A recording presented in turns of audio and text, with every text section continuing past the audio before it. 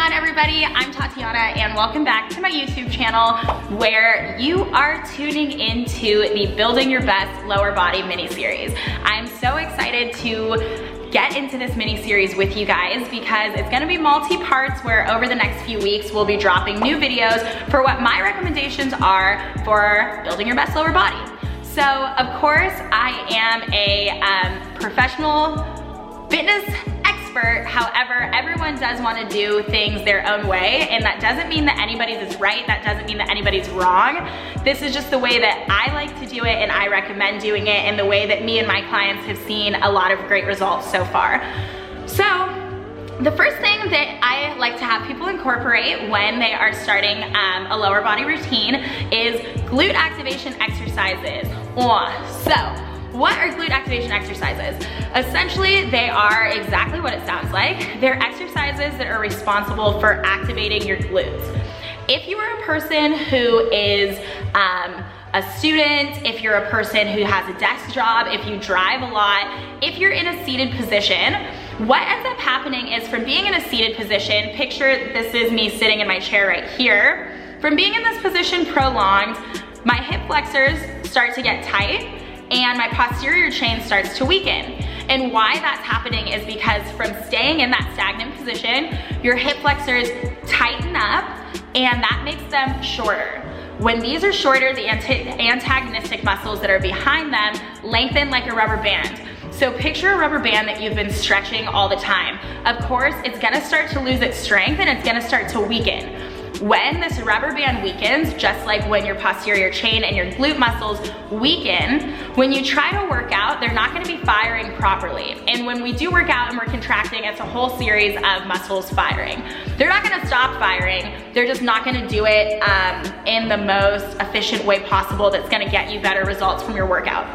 So, when they aren't firing properly, when you do an exercise that is a compound exercises are exercises involving multiple muscle groups, like your lunge, your squat, your deadlift, instead of your glutes, which are the biggest muscles in your body, taking the bulk of the exercise, other muscles will start to compensate for them. Some notorious ones for compensating would be your quads instead of your glutes. And that's why sometimes when you start working out and you're doing a lot of squats and lunges and stuff, and you're just like, my quads, like for me, my quads initially started looking like tree trunks. They were like freaking huge, but my butt was still not looking bubblicious like J-Lo, like I wanted them to. So I knew that I needed to make some changes. And for me, adding glute activation exercises was something super crucial in my training as a step. I still do them before every leg day, and I also recommend all of my clients to do the same. So later in this video, I'm gonna show you 5 really basic standard activation exercises to get started with. So one thing to note for your activation exercises is of course that you wanna do them before those compound lifts to prime your booty and start connecting your mind to your muscle to let you know that you want that stuff to work for you. So besides that, you want to make sure that you're choosing exercises that are really glute specific and isolated to that muscle group. So that being said, you're not gonna choose like a pulsing lunge, you're not gonna choose something like a full deadlift or something like that. You're gonna choose stuff that is really small, really isolating, and really causing contractions and a really good burn and a pump. So that being said, I like to use a resistance band to do that because it really helps me focus in on my glutes. So you also want to make sure that you're focusing on your mind to muscle connection, that you are bringing that mind into that muscle. So what that means is that you're visualizing your glutes contracting for you and you're feeling that they're contracting for you. So when you do that visualization, you're actually connecting with the gray matter in your brain, and you physically are making a mind to muscle connection, and it's gonna speed up your progress and your results big time. So what is our first thing in our Building Your Best Lower Body series? That is glute activation. Continue watching for a couple of my favorite ways to do it. Okay everybody, so the first exercise that we're gonna go over is our glute bridging. When I do glute bridges, of course, I like to come up with different mini series within them where we can add abduction, we can pulse, we can do any of that. I'll show you some of those options towards the end, but we're just gonna basically go over your standard glute bridge. So what you're gonna do to set up your glute bridge, you are rolling onto your back. Your knees are hip width distance apart, heels are right under the knees. You wanna lay and already be pushing your knees out into your resistance band. Just doing this, I can feel my glutes working already and I haven't even done anything. I'm gonna go palm side down, take a big breath in at the bottom, and exhale, push through my heels. Push my glutes so they're all the way up in line with my knees and shoulders. I have a straight diagonal line right here. I'll inhale, stop an inch above the floor. Exhale, push back up and squeeze. So I'm really pushing all of the energy out of my heels. I'm squeezing my glutes for 1 to 3 seconds at the top. That for me is my mind-to-muscle connection. I'm visualizing them squeeze. I'm gonna go ahead and do 3 more here. 2. And on this last one, I invite you to hold. You're squeezing as hard as you can, feeling that fire start to build, and that's how you know that you are activating your glutes. When you're at the top, some other fun things that you can think about incorporating are little pulses. You can abduct your knees, which is just opening and closing them. You can add all of that together, going down, up, in, out.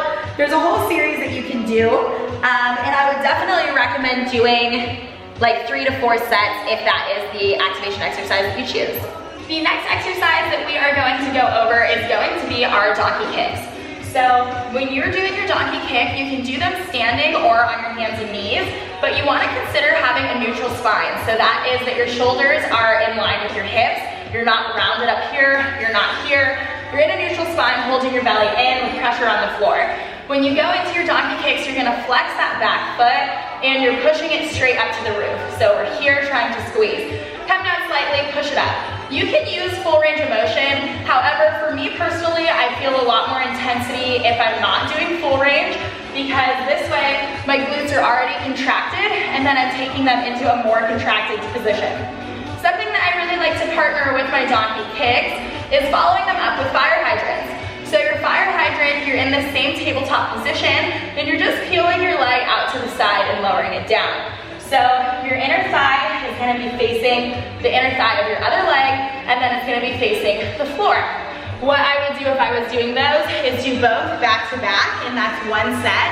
Do about 20 reps of each, and then you'll go ahead and do that 3 to 4 sets. Okay, the next exercise I'm gonna go over with you guys is gonna be lateral stepping. So lateral stepping is exactly what it sounds with. It's moving laterally, and it's gonna really help wake up those abductors where your gluteus medius is on the sides of your booty. So what you're gonna do for those ones is bring a slight bend into your knee and hinge forwards at your hips. When I'm hinging forwards, my chest is about at 30 to 45 degrees. This is gonna help me sit into my glutes, kind of like the upper portion of a deadlift before I even start moving. So I'm gonna look down at my feet and make sure that they look like the number 11. Bending my knees slightly, leaning forwards, I'm gonna push my knees out into the resistance band.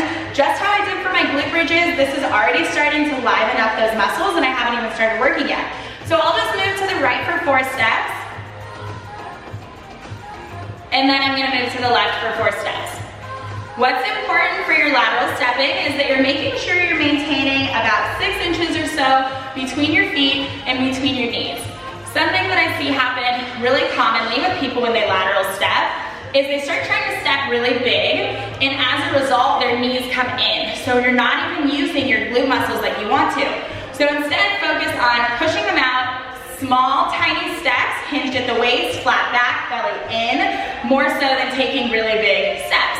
The next activation exercise we're gonna go over is going to be monster steps.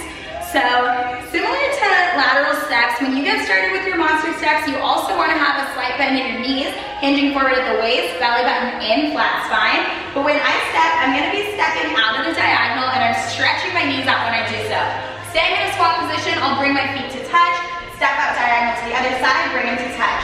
I'm going to go ahead and take 2 more steps forwards, and then I'm going to go in reverse, same motion. My knees are never straightening, my knees are never coming near each other. I'm always keeping that constant tension on the band, and that's what's gonna make my glutes start to fire for me, just making sure that they're taking the pressure by staying in this sort of diamond position.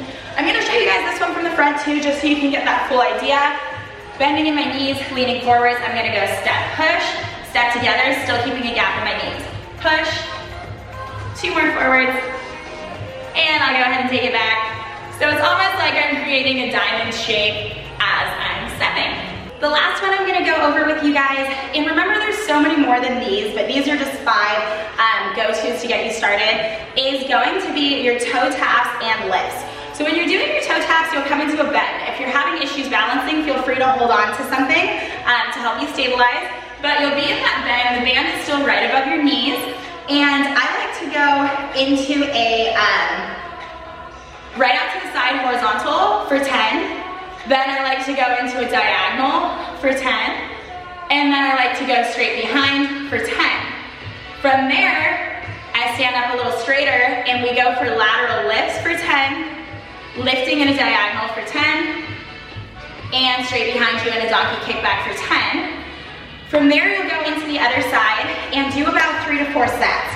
So when you're doing those extensions, you really want to think about pushing and then squeezing until you almost get this indent where your femur head is. That's how you know you're really getting into the muscle. Going into diagonal is also a really nice move to help you get the gluteus minimus as well as behind. And just remember, your glutes have muscle fibers throughout the whole thing, so you don't want to be training them just in one plane of motion. Mixing it up by adding those diagonals is going to be really efficient in helping you get the most out of your exercise and target it from all different angles.